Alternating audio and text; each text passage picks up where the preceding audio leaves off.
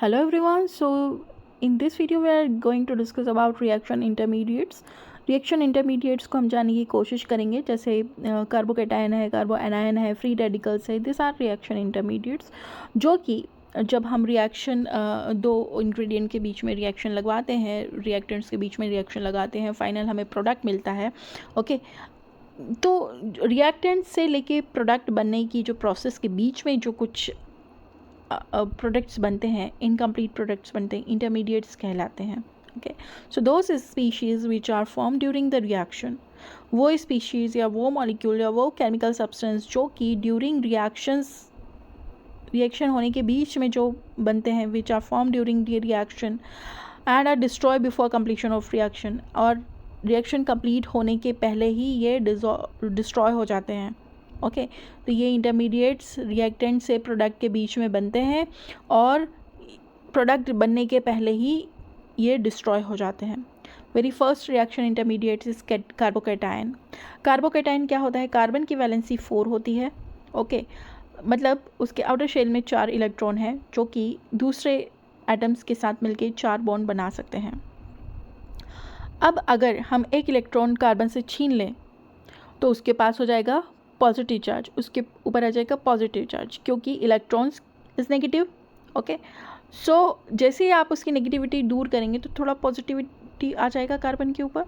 सो अगर हम electronic configuration देखें कार्बन का, उसके आउटर शेल में 4 इलेक्ट्रॉन्स हैं. Okay so the electronic configuration of carbon is 1s2, 2s2 and 2p-s2, and 2s2 and 2p-s2 is the outer shell that contain 4 electrons. So the valency of carbon is 4. इसलिए carbon की valency कितनी होगी? 4, क्योंकि carbon सिर्फ 4 ही bond बना सकता है बाहर वाले लोगों के साथ. Okay so carbon can form 4 bonds in this way.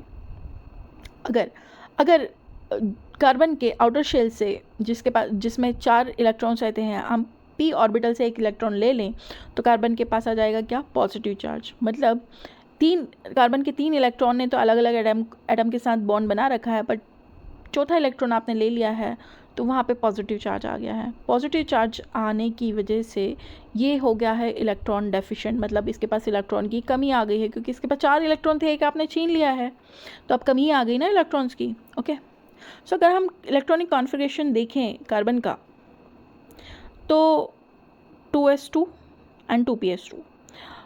2s2 में 2 इलेक्ट्रॉन रहेंगे और p में एक इलेक्ट्रॉन रहेगा.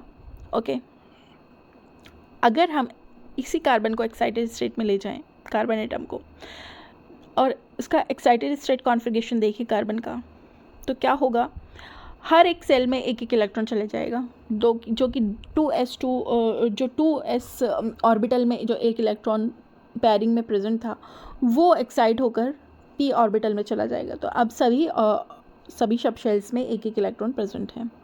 ओके और अगर एक इलेक्ट्रॉन यहाँ से आप निकाल दें तो अगर हम इलेक्ट्रॉनिक कॉन्फ़िगरेशन देखें कार्बोकेटायन का तो कुछ इस तरह से होता है. हर एक शेल के पास, सब शेल के पास एक इलेक्ट्रॉन है, बट 2p ऑर्बिटल के एक शेल में इलेक्ट्रॉन नहीं है, वेकेंट p ऑर्बिटल है. So it is the electronic configuration of carbocation.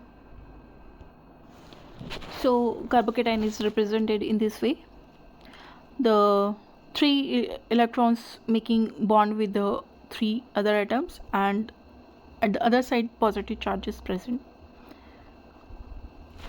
So now come to the characteristics of carbocations. Carbocation have 3 sigma bonds. Okay क्योंकि कार्बोकेटायन के पास 3 electrons हैं तो वो 3 सिग्मा बॉन्ड्स फॉर्म कर सकता है अलग अलग एटम के साथ. There is no pi bond, कोई पाई बॉन्ड ना यहाँ पे प्रेजेंट नहीं होता है. There is no lone pair of electron, यहाँ पर लोन पेयर ऑफ इलेक्ट्रॉन्स भी नहीं है. ओके सिंगल एक इलेक्ट्रॉन प्रेजेंट है, कोई lone pair of electron present नहीं है.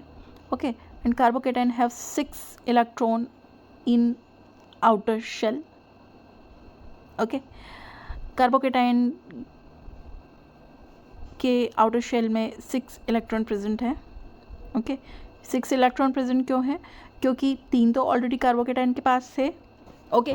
और जिनके साथ इसने बॉन्डिंग की है, एक एक इलेक्ट्रॉन उनके साथ शेयर किया है, तो there are 6 electron in outer shell. Then carbocation is electron deficient, क्योंकि आपने उससे एक इलेक्ट्रॉन छीन लिया है, उसके पास पॉजिटिव चार्ज आ गया है, तो इलेक्ट्रॉन डेफिशिएंट होता है carbocation. It behave like electrophile. Okay, phile means love, electron loving, electrophile means electron loving होता है कार्बोकेटाइन। ट्राइगोनल प्लानर ज्योमेट्री होती है। Okay, and so carbocation is sp2 hybridise, sp2 hybridisation show करता है। Okay, then carbocation have vacant p orbital, vacant p orbital होता है इसके पास।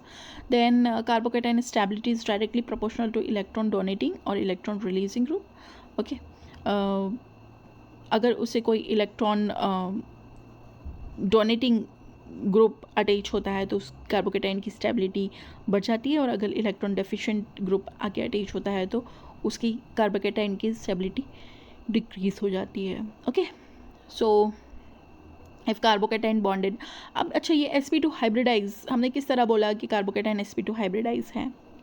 सो अगर carbocation is bonded with 4 other atom, अगर चारों तरफ से 4 अलग अलग एटम्स के साथ जुड़ा हुआ है कार्बन एटम, तो वो कहलाएगा sp3 हाइब्रिडाइज। मतलब 4 एटम के साथ जुड़ा है तो sp3 हाइब्रिडाइज है। और अगर 2 एटम के साथ जुड़ा हुआ है तो 3 एटम के साथ जुड़ा हुआ है तो sp2। ओके, एंड अगर 2 एटम के साथ जुड़ा है तो sp, मतलब 4 एटम के साथ है तो एक कम कर दो sp3 है, अगर 3 एटम के साथ जुड़ा है तो एक कम कर दो sp2 है, और अगर 2 एटम के साथ जुड़ा है तो एक कम कर दो sp हाइब्रिडाइज। ओके, सो इस